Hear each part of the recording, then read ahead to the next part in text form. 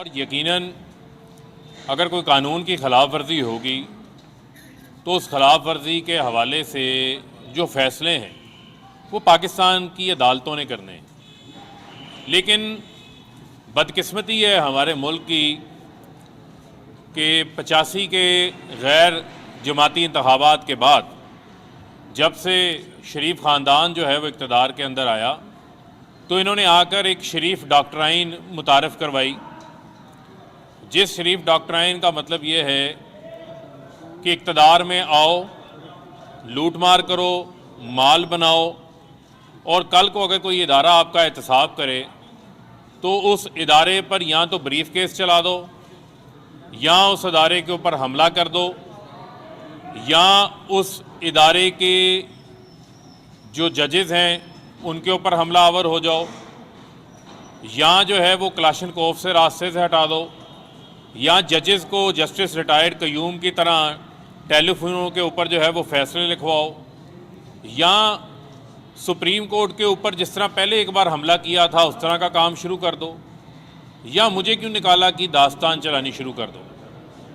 Basically जो कल साबका वज़ीर कानून राना सनाउल्लाह ने जो है वो बयान दिया है कि अगर कोई अदालत शहबाज शरीफ को सज़ा देगी तो उस जजेस का घेराव करेंगे, अदालतों का घेराव करेंगे।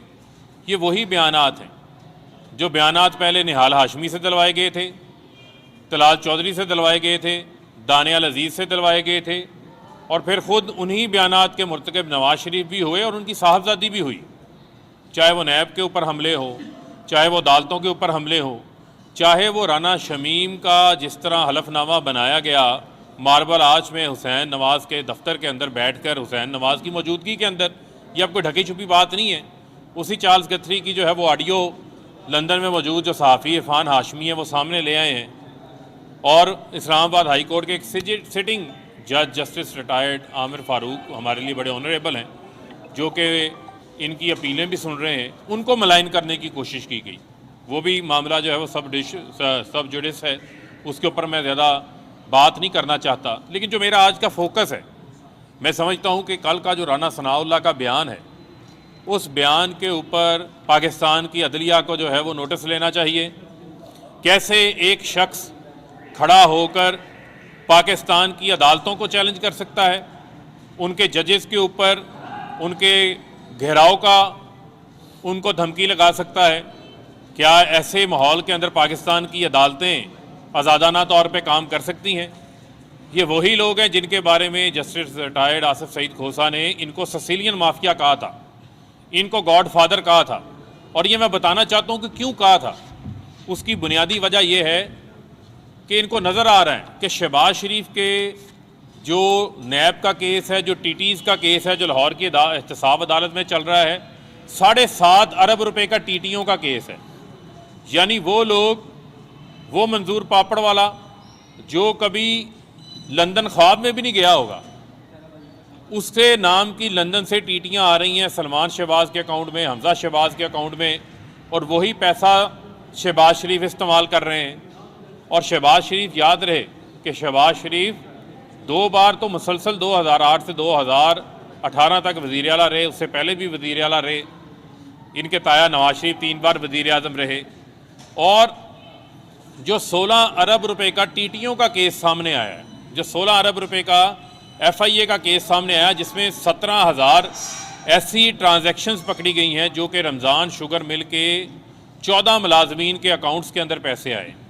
FIA ने बड़ी मेहनत से चलान बनाकर अदालत के अंदर सबमिट किया है और जिस अंदाज से वो लोग, मकसूद चपड़ासी जैसे लोग जिनके अकाउंट्स के अंदर 4-4 अरब रुपए आ जाता है, जो रमज़ान शुगर मिल का एक चपड़ासी है जिसकी तनख्वाह 10,000 रुपया है, उसके अकाउंट के अंदर 4 अरब रुपया जो है वो आता है। इसी तरह इनके 14 मुलाजमीन रमज़ान शुगर मिल के ऐसे हैं जिनके अकाउंट्स के अंदर 16 अरब रुपए की रकम जमा करवाई जाती है। और कोई जो है वो, किसी को इन्होंने PHA का, गुजरात शहर का ब्यूटिफिकेशन का ओहदा बेचा है, किसी को टिकटें बेची हैं, किसी को ठेके दिए हैं। उनकी मद के ऊपर जो है वो सारा करप्शन का पैसा रमज़ान शुगर मिल के 14 मुलाजमीन के अकाउंट में 16 अरब रुपया जमा होता है, जिसमें जो सर फहरिस्त है वो मकसूद चपड़ासी है। मैं शहबाज शरीफ से ये पूछता हूँ कि थोड़ी हिम्मत करें, ये मैं इनके हवारियों से, इनके चमचों खर्चों से ये पूछता हूँ, थोड़ी हिम्मत करें, ये बताएं कि ये मकसूद चपड़ासी कौन है। ये कौन सा ऐसा चपड़ासी है कि जिसके अकाउंट में 4 अरब रुपए जमा हो जाते हैं और किसी को मालूम नहीं पड़ता। ये मेरे पास वो रसीदें मौजूद हैं। ये शहबाज शरीफ का, मैं आपको HBL का, इसकी मैं तफसीलात आइंदा चंद रोज़ के अंदर मज़ीद सामने रखूँगा। ये मेरे सामने वो रसीदें हैं जो शहबाज शरीफ का HBL का बैंक अकाउंट है। इसमें मसरूर अनवर नामी कैश बॉय, जो इनका कैश बॉय है, जो टीटीओं का पैसा, जो FIA के इन करप्शन के अकाउंट्स का पैसा निकाल कर, उन 14 मुलाजमीन के अकाउंटों से निकाल कर वो शहबाज शरीफ के ज़ाती अकाउंट में पैसे जमा करवाता रहा, कहीं और नहीं। शहबाज शरीफ के ज़ाती बैंक अकाउंट में, HBL के बैंक अकाउंट में 2008 से 2017 तक मसरूर अनवर नामी शख्स कैश करोड़ों रुपए जमा करवाता रहा है। शहबाज शरीफ कहते हैं कि मैंने एक धेले की करप्शन नहीं की। वाकई आपने एक धेले की करप्शन नहीं की। यहाँ पर अरबों रुपए की करप्शन पकड़ी गई है शहबाज शरीफ की। और मैं ये शहबाज शरीफ को चैलेंज करता हूँ कि ये बताएं, ये जो रसीदें हैं, जो कैश रसीदें आपके अकाउंट में मसरूर अनवर जमा करवाता रहा है, मसरूर अनवर कौन है? ये कहाँ से करप्शन का पैसा लाकर शहबाज शरीफ के अकाउंट्स में जमा करवाता रहा है? ये मैं नहीं कह रहा, ये शहबाज शरीफ के अपने बैंक अकाउंट्स की रसीदें मौजूद हैं, जो साल 2008, 2009, 2010, 11, 12, 2013, 14, 15, 16, 17, 18 तक जो है वो मुख्तलिफ रकूम जिनकी करोड़ों रुपए की मालियत बनती है, वो शहबाज शरीफ के ज़ाती अकाउंट में जमा करवाता रहा है ये मसरूर अनवर। इसका जवाब तो दें आप आकर, क्योंकि पता है कि FIA के अंदर, जो FIA की अब सेंट्रल कोर्ट है, जो एंटी करप्शन कोर्ट FIA की, केस वहाँ चला गया है। आपको वहाँ पर इंटरम बेल मिली है, 1 फरवरी की उसकी तारीख है। आकर इनके दरबारियों ने, जो इनके मशहूर दरबारी हैं, उन्होंने भी करप्शन जो है वो लूट मार की हुई है, जिनकी सियासत का आगाज़ एक वेस्पा मोटरसाइकिल से हुआ था, वो आकर कहेंगे कि हम जो है वो अदालतों का घेराव करेंगे, हम जो है वो जजेस का घेराव करेंगे, हम आपको ऐसा हरगिज़ नहीं करने देंगे, हम कानून किसी को जो है वो हाथ में नहीं लेने देंगे। ये जो घीदर भभकियाँ हैं जाके ये किसी और को लगाएं, क्योंकि आपने मुल्क को लूटा है, ये साबित हो गया। ये जिस किस्म की धमकियाँ आप लोग लगा रहे हैं, इसका मतलब वाकई ये साबित होता है कि आपने चोरी की है, आपने मुल्क को लूटा है, मनी लॉन्ड्रिंग की है, और उसका जवाब आपके पास देने को कुछ नहीं है। मैं फिर इनको चैलेंज कर रहा हूँ, अदालतों में जाएं, बताएं मकसूद चपड़ासी कौन है जिसके अकाउंट में 4 अरब आता है? ये मसरूर अनवर कौन है जो करोड़ों रुपए शहबाज शरीफ के HBL के अकाउंट के अंदर जमा करवाता है? ये इस किस्म की जो गीदर भभकियाँ हैं, ये गीदर भभकियाँ आपकी काम नहीं आएंगी। और मैं पाकिस्तान की अदलिया से ये दरख्वास्त करना चाहता हूँ कि ऐसे बयानात को जो है वो नज़रअंदाज नहीं होना चाहिए। ये अदलिया की आज़ादी के ऊपर हमला है, और ये पे दर पे हमले किए जा रहे हैं। कभी अल्तवाओं के पीछे छुपते हैं, कभी तारीखों के पीछे छुपते हैं, और कभी जो है वो जजेस को खुलेआम धमकियां लगाते हैं। तो मैं ये समझता हूँ कि पाकिस्तान की अदलिया आज़ाद है। पाकिस्तान के अंदर पहली बार ये खौफ पैदा हुआ है कि ताकतवर जो है उसको ये खौफ पैदा हुआ है कि वो कानून के नीचे आ रहा है। तो मैं ये समझता हूँ कि हमारी तो तहरीक इंसाफ की जो 22 साल वज़ीर आज़म इमरान खान की जद्दोजहद ही इंसाफ की तहरीक है, हमारी तहरीक ही रूल ऑफ लॉ के लिए है। यही वजह है कि हम जुडिशल जो फौजदारी का कानून है उसके अंदर रिफॉर्म्स लेकर आए हैं, वो इन्हीं चोरों के लिए लेकर आए हैं। और मैं ये भी सवाल पूछना चाहता हूँ कि क्या कानून जो है वो 32,000 अंडर ट्रायल लोगों के लिए ही है, या वो लोग जिनको छोटी मोटी, किसी ने कोई टूटी चोर है, कोई साइकिल चोर है, कोई इसने छोटी मोटी चोरी की है, वो पाकिस्तान की जेलों में पड़े हुए हैं, वो बीमार भी हैं, उनकी ज़मानतें तो नहीं हुई, वो तो अपनी सज़ाएं भी भुगत रहे हैं। ये बड़े बड़े चोर जो हैं ये दंदनाते भी फिरे, ये अदलिया के जजेस को खुलेआम जो है वो धमकियां लगाते रहें। मैं समझता हूँ कि अब ऐसा नहीं चलेगा और ना हम ऐसा होने देंगे। हमने अदलिया की आज़ादी के लिए तहरीक भी चला रखी है, और वाहिद वज़ीर आज़म इमरान खान हैं जो 3 दिन भूख हड़ताल की थी। भूख हड़ताल में खाने पीने के अलावा उन्होंने पानी तक नहीं पिया था। तो मैं समझता हूँ कि हमारी एक पूरी स्ट्रगल है और स्ट्रगल के हवाले से इस मुल्क के अंदर जिन्होंने मुल्क को लूटा है, चोरी की है, और एहतसाब के हवाले से हमारी पाकिस्तान की आवाम के साथ कमिटमेंट है।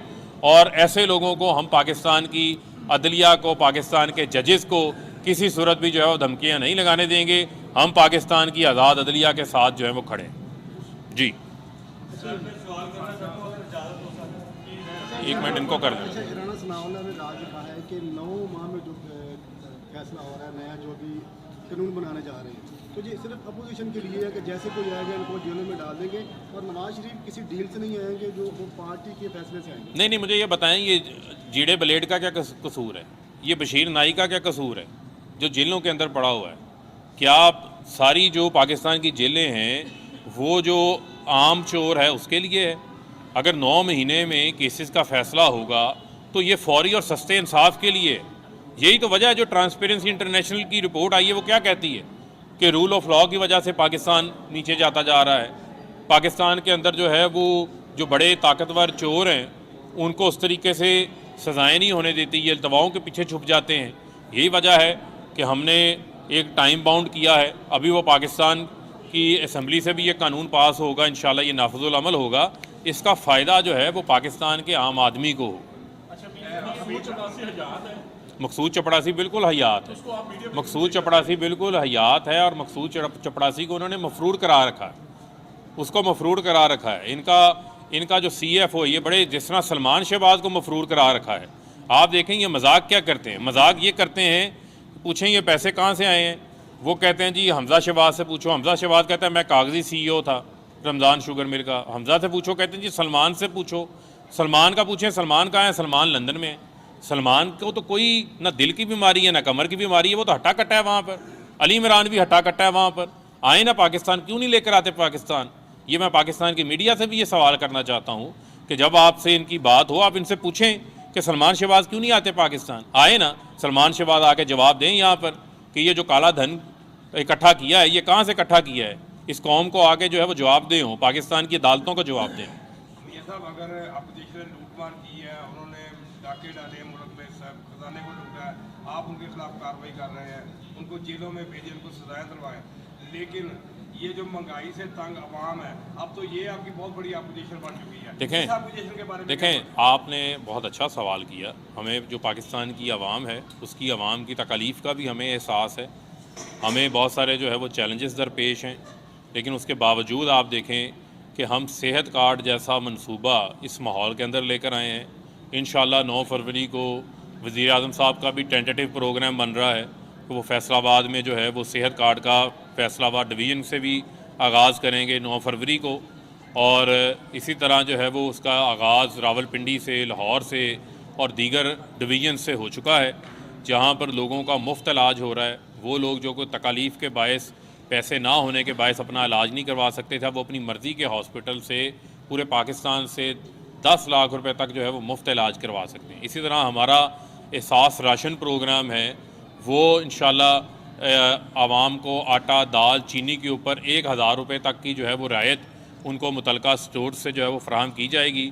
इसी तरह हमने कोशिश की है, जो आलमी सतह पर कीमतें बढ़ी हैं, चाहे अमेरिका है, बरतानिया है, यूरोप है, आलमी सतह के ऊपर तेल की कीमतों में भी इजाफा हुआ है, खुर्दनी तेल की कीमतों में भी इजाफा हुआ है, जो किसी हुकूमत को उस चैलेंज का सामना नहीं था। उस चैलेंज को भी हम निपट रहे हैं, लेकिन इंशाल्लाह जैसे ही आलमी सतह के ऊपर भी कीमतें नीचे आएंगी उसका रिलीफ भी हम पाकिस्तान की आवाम को फराहम करें। जितने भी हॉस्पिटल हैं 5% जो है वो हेल्थ कार्ड फैसलाबाद मैंने खुद सर्वे किया है, फैसलाबाद इंटरनेशनल हॉस्पिटल का भी किया है मैंने, इसका फातिमा का भी किया है। ये सब नई मांग है हेल्थ कार्ड को। जी देखें, नहीं मैं आपको बताता हूँ, वो हॉस्पिटल्स जो कि पैनल के ऊपर आ चुके हैं उन हॉस्पिटल्स में बिल्कुल इलाज जो है वो मुफ्त होगा। इसी तरीके से मज़ीद हॉस्पिटल्स इनकॉर्पोरेट हो रहे हैं, तो जो हॉस्पिटल्स पैनल के ऊपर आ जाएंगे उनकी लिस्ट मौजूद होगी और ये शफाफियत से ये निज़ाम जो है वो आगे बढ़ेगा। ठीक है,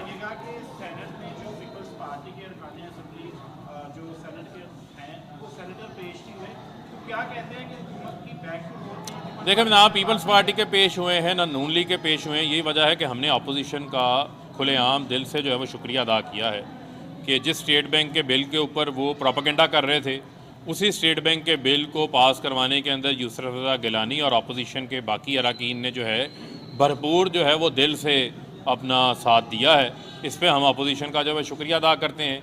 और ये ऐसी नाअहल अपोजिशन है कि ये हमेशा सेनेट के अंदर जब अदम एतमाद लाते हैं या लीडर ऑफ द हाउस लाते हैं तो जहाँ टिक लगाना होता है वहाँ ये कांटा लगा आते हैं, जिस डब्बे में मोहर लगानी होती है उससे बाहर मोहर लगा आते हैं। तो मैं समझता हूँ कि इस अपोजिशन के होते हुए हुकूमत को किसी किस्म का कोई ख़तरा नहीं है और अदम एतमाद वालों ने अपने ही खिलाफ अदम एतमाद कर लिया। बहुत शुक्रिया। आज इंतखाब अदम एतमाद वालों ने अपने खिलाफ ही अदम एतमाद कर दिया है। मौजूदा अपोजिशन इंतहाई नाअहल अपोजिशन है। वज़ीर ममलकत बराए इत्तलात व नशरियात फ़र्रुख हबीब फैसलाबाद में मीडिया से गुफ्तगू कर रहे थे। उन्होंने कहा कि अगर कानून की खिलाफ वर्जी की गई है तो उसका फ़ैसला अदालतें करेंगी। जिस तरह की धमकियाँ नून लीग की जानिब से दी जा रही हैं इससे ये ज़ाहिर होता है कि नून लीग चोरों का टब्बर है। और न्यूज़ स्टूडियो से अब तक के लिए इतना ही।